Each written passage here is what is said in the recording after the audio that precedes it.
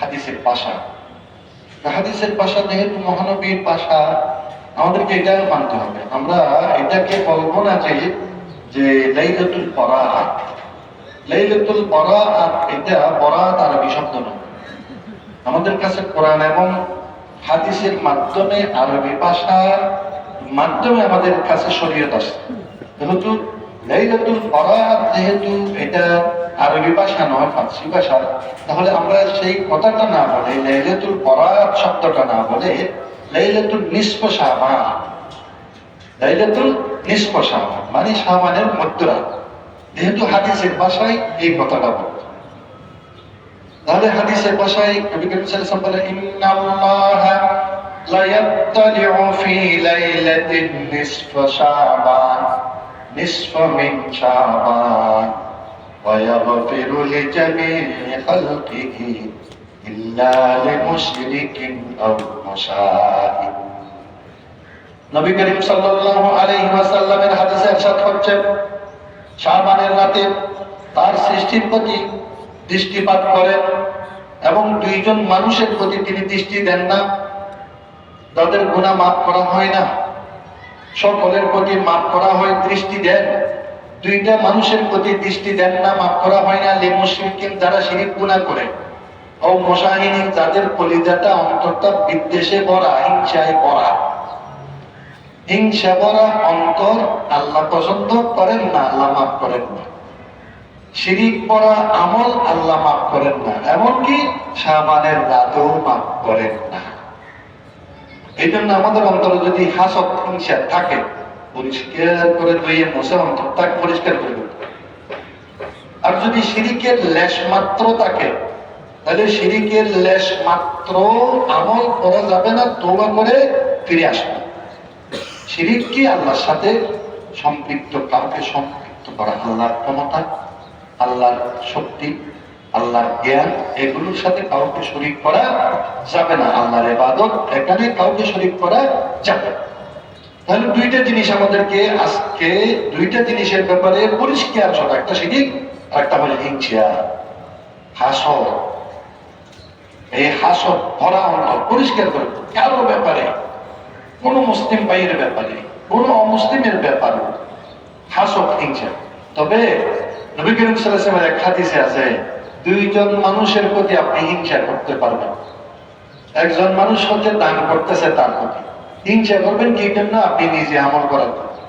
ও দান করে, আমি কেন চাই না, আমিও করি। আরেকজন হচ্ছে কোরআন তেলাওয়াতকারী, মসজিদের কোনায় বসে বসে সবসময় কোরআন নিয়ে বসে থাকে। আপনি নাক ছিটকাবেন না তাকে ধরে, আর কোনো কাম নাই, মসজিদে এসে নাউযুবিল্লাহ, বরং এটার প্রতি হিংসা হয়ে আপনিও কোরআন নিয়ে বসে যাবে। এই দুইটা হিংসা করা যাবে।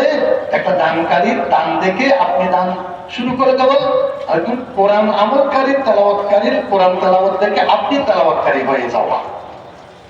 এই দুইটা ছাড়া লা হাসাদা ইল্লা ইসনাইন, রাজুলুন আতাহুল্লাহু মালান ওয়া ইয়ানফাকু ফীহি, ওয়া রাজুলুন আতাহুল্লাহুল কুরআন, যাকে কোরআন দেয়া হয়েছে সে তেলাওয়াত করতে থাকে, এটা দেখে আপনি আপনাকে সেই পথে নিয়ে আসেন। যাকে দান করার অনুমতি দেওয়া হয়েছে, দান করে, সেটা দেখে আপনি দানের রাস্তায় চলে আসেন। এই দুইটা ছাড়া কোনো হিংসা, হাসদ রাখা যাবে না। তাহলে শিরিকের ভয়াবহতা আমরা জানি, শিরিক কি জিনিস আমরা জানি। আরেকটি যেটা বলছিলাম, এই শিরিক আর হিংসা, এই দুইটা জিনিস থেকে। তাহলে নবী করিম সাল্লাল্লাহু আলাইহি ওয়াসাল্লামের আরেকটি হাদিস আছে, পাপের দুইটি অংশ। প্রথম অংশ হচ্ছে অন্যান্য নেক আমল ধ্বংস করে দেয়। হাদিস শরীফে বর্ণিত হয়েছে যে আগুন খড়কুটাকে পুড়ে ছারখার করে দেয়, পুড়িয়ে ফেলে দেয়, তেমনি মানুষের নেক আমল নষ্ট করে দেয়, ধ্বংস করে দেয়। সেটা কি? সেটা হচ্ছে হিংসা। আর আল্লাহ সাধারণ ক্ষমা থেকে সেও বঞ্চিত হবে। সেই দিন আল্লাহ সাধারণ ক্ষমা সবাইকে, হিংসাকারীকে ক্ষমা করবে। নবী করিম সাল্লাল্লাহু আলাইহি ওয়াসাল্লামের হাদিসে আছে তুহরাজুল আমালুন নাস ফি কুল্লি জুমআহ মাররাতাইনি ইয়াউমাল ইসনাইন ওয়া ইয়াউমাল খামিস فيغفر لكل عبد مؤمن إلا عبدا بينه وبينه شهدا নবী করিম সাল্লাল্লাহু আলাইহি ওয়াসাল্লামের হাদিস মানুষের আমল প্রত্যেক সপ্তাহে পেশ করা হয় দুইবার আমল পেশ করা হয়, একটা হচ্ছে সোমবার আর একটা হচ্ছে বৃহস্পতিবার, ইয়াউমুল ইসনাইন ইয়াউমুল খামিস, দুইবার আল্লাহর কাছে পেশ করা হয়। তখন সকল মুমিন বান্দাদেরকে ক্ষমা করা হয়। কেবলমাত্র যেই বান্দার সাথে আরেক ভাইয়ের হিংসা বিদ্বেষ আছে, ঘৃণা আছে, সে বান্দার গুনাহ মাফ করা হয় না, আমল পেশ করা হয় না। তাদের সপ্তাহে দুইবার। এই জন্য আমাদের আরেকটা আমল করা দরকার, সপ্তাহে দুইবার যেহেতু আল্লাহর কাছে আমল পেশ করা হয়, এই দুইবার রোজা রাখা অবস্থায় যদি আমার আমল আল্লাহর কাছে পেশ করা হয় তাহলে আমি ধন্য, আপনি ধন্য। এটা কি? সোমবার আর বৃহস্পতিবার। এটা হাদিস দ্বারা আমরা জানতে পারলাম। হাজির ভালোবাসা কল্যাণ, এটা ইবাদতের মতো একটা ফরজ। মানুষের প্রতি ভালোবাসা, মানুষের প্রতি কল্যাণ কামনা করা, বিদ্বেষ দূর করা, এটা ফরজ ইবাদতের মতো একটা গুরুত্বপূর্ণ আমল। এই আমল আমরা যাতে আমাদের থেকে বাদ না যায়। কিন্তু কিছু কথা, গীবত, নিন্দা, শত্রুতা, অমঙ্গল কামনা করা, কারো ক্ষতি কামনা করা এবং দুশ্চিন্তা কারো ব্যাপারে করা, এটাকে অন্তরকে এইগুলো থেকে, এই সমস্ত অপরিচ্ছন্ন আমল থেকে অন্তরকে পরিষ্কার রাখা। সবসময় খুব ভালো কাজ করি কিন্তু আমার গীবত, আমার জবান খালি যায় না, সবসময় গীবত করি মানুষ, তাহলে আপনার আমল কিন্তু কি হয়ে যায়? বরবাদ হয়ে যায়। আর গীবত তো মরাবের গোশত খাওয়ার সমান। আল্লাহ কোরআনে বলছেন এই কথা যে মরাবের গোশত লাশ দাফন না করে গোশত খামরাই খায়।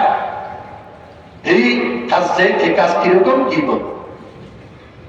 আল্লাহু আকবার। আল্লাহ আমাদেরকে হেফাজত করুন, সবাই বলো না আমি। বিদ্বেষ এবং এই মতভেদ, মানুষের মধ্যে ফারাক সৃষ্টি করা, মানুষের থেকে মানুষ ছুটিয়ে ফেলা, এই কাজগুলো ইহুদি খ্রিস্টান থেকে আসে। ইহুদিদের মধ্যে বিদ্বেষ, এই জন্য ইহুদিদের মধ্যে শত শত গ্রুপ, খ্রিস্টানদের মধ্যে শত শত গ্রুপ। এখান থেকে এই ইহুদি খ্রিস্টান থেকে এই বিদ্বেষটা আসছে। এখন আমাদের মুসলমান সমাজে এই বিদ্বেষ, হিংসা বিদ্বেষ এটা ছড়াইছে কি আছে। এই জন্য আমরা একজন আরেকজনকে সহ্য করতে পারি, একজন আরেকজনকে হজম করতে পারি, একজন আরেকজনকে আমরা কাছে পেতে চাই না। এই হিংসা বিদ্বেষের কারণে, মুতাফাররাকার কারণে। নবী করিম সাল্লাল্লাহু আলাইহি ওয়াসাল্লামের হাদিসে আছে